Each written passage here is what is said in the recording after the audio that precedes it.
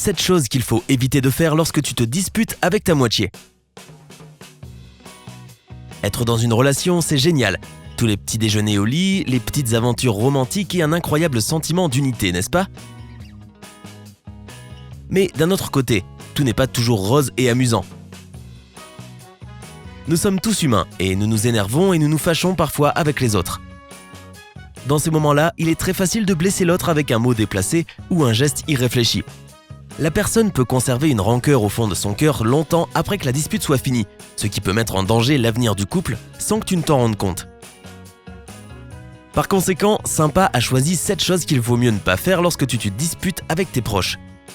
Regarde notre vidéo pour découvrir quelles sont les actions qui peuvent causer une sérieuse fissure dans ta relation. Quitte à se disputer, autant le faire correctement, n'est-ce pas? Commençons. 7. N'implique pas d'autres membres de la famille dans ta dispute. Parfois, dans le feu de l'action, tu veux vraiment avoir quelqu'un à tes côtés qui te dit que dans cette dispute, tu es celui qui a raison, ou du moins qui te dit que ton partenaire se trompe entièrement.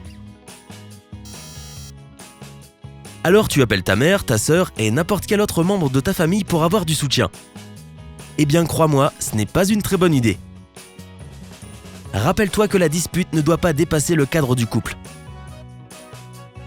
En impliquant tes parents ou n'importe quelle autre personne dans la dispute, tu cours le risque de transformer un simple malentendu en une guerre de famille.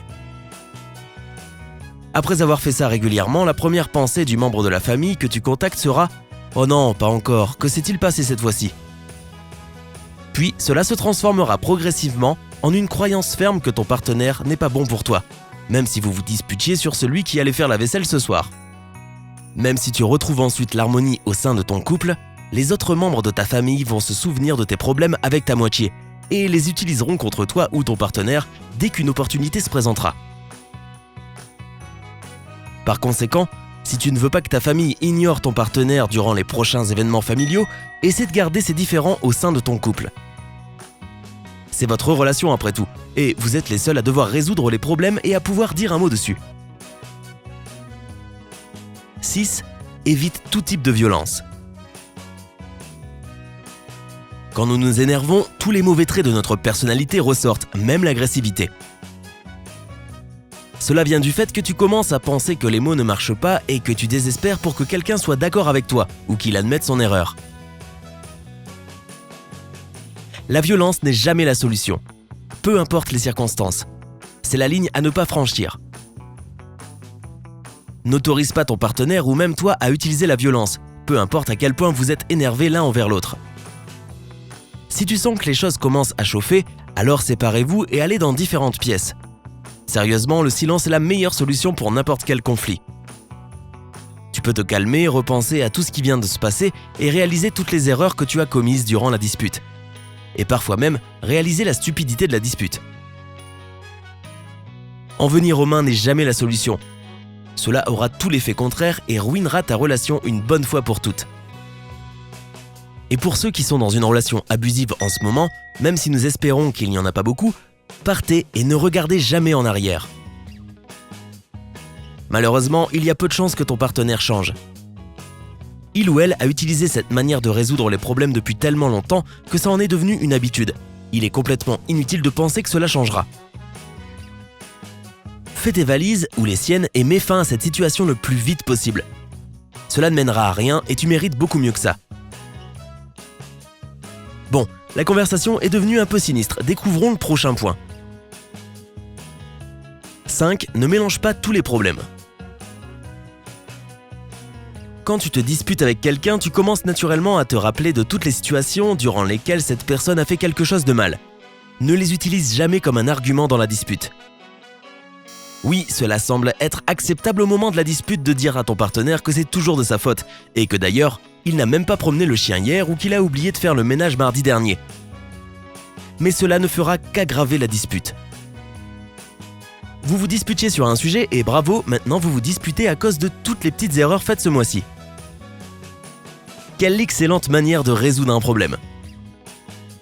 Mais sérieusement, ce type de conflit finit rapidement mal et vous laissera exténuer à cause des cris constants.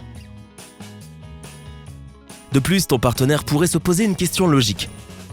Pourquoi restes-tu avec moi si tu as tant de choses à me reprocher ? Si la dispute a déjà commencé, tu dois alors t'en tenir au problème principal et ne pas essayer de prouver ton point de vue en rappelant des problèmes passés. Qui ne fait pas d'erreur ? La chose importante est d'en tirer une leçon. Par conséquent, ne sois pas trop dur avec tes proches et n'aggrave pas la situation à cause de conflits petits et domestiques. 4. Ne parle jamais de divorce.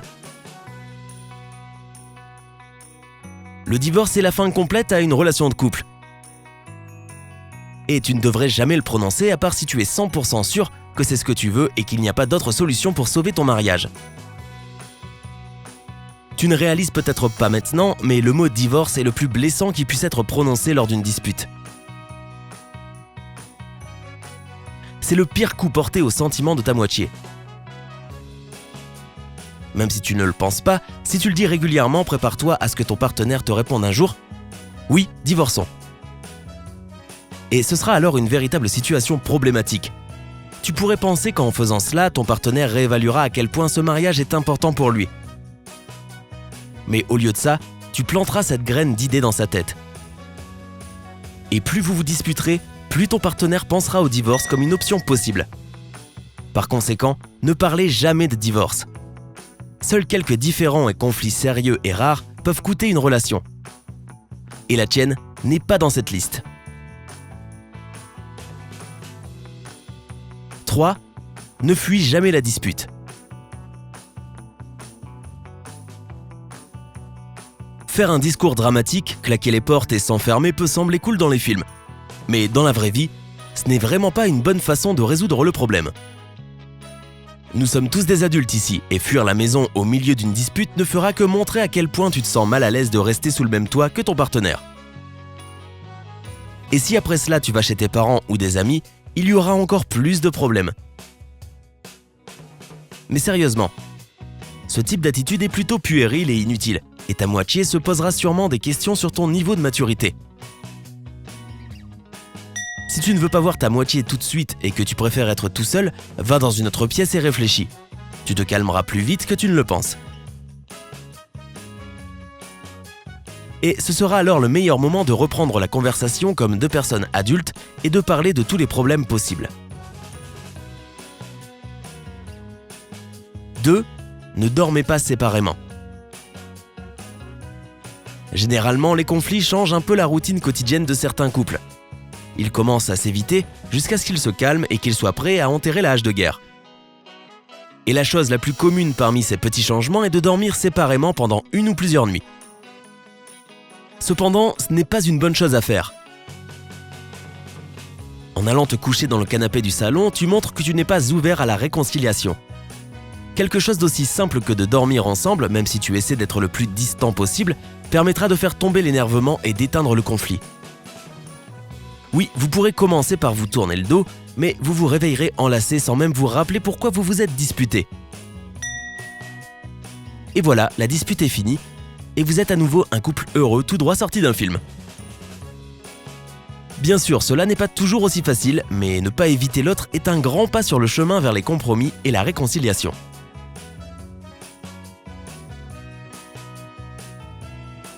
1. Ne vous disputez pas en public.